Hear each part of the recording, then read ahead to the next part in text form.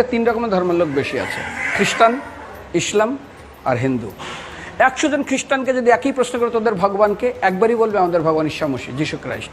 মুসলমানকে জিজ্ঞাসা করবে 3 থেকে 5 মানে মৃত্যুর আগে পর্যন্ত, যাকে এই তোদের ভগবানকে, একই উত্তর দেবে, ভাই আমাদের ভগবান হলো আল্লাহ। হিন্দুদেরকে যদি একই প্রশ্ন করা হয়, ভাই তোদের ভগবানকে, কনফিউজ। 100% হিন্দু 100% কনফিউজ, জানে না ভগবানকে।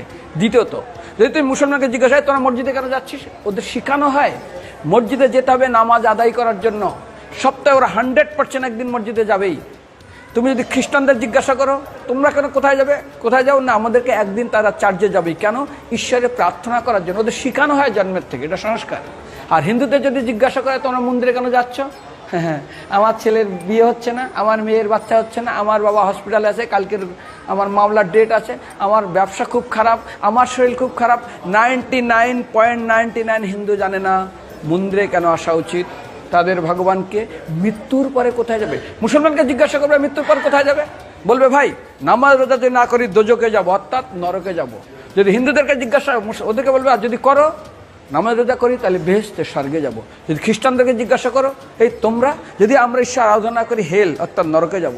যদি বলা হয় যদি করো ঈশ্বর আরাধনা তাহলে তোমরা হেভেন স্বর্গে যাব। আর হিন্দুদেরকে বলে যে তোমরা মরার পরেই 99% হিন্দু এটাই বলে, মিথ্যাই বলে, আমার বাবার সজ্ঞানে স্বর্গে গিয়ে বসেছে। তোর বাবা কি জমি কেনা আছে নাকি স্বর্গে? তোর বাবা জমি কেনা আছে যে তোর বাবা মরার পরে স্বর্গে গেছে, হোয়াটসঅ্যাপ করে দেখি এই যে অ্যাটাচ বাথরুম টয়লেট আমি একদম ভালোভাবে পৌঁছে গেছে, তোর বাবা স্বর্গে গেছে জানিস তুই? আরে মৃত্যুর আগে এত কষ্ট পায়, এত কিছু করে, মারার পরে আমার বাবা স্বর্গে গেছে।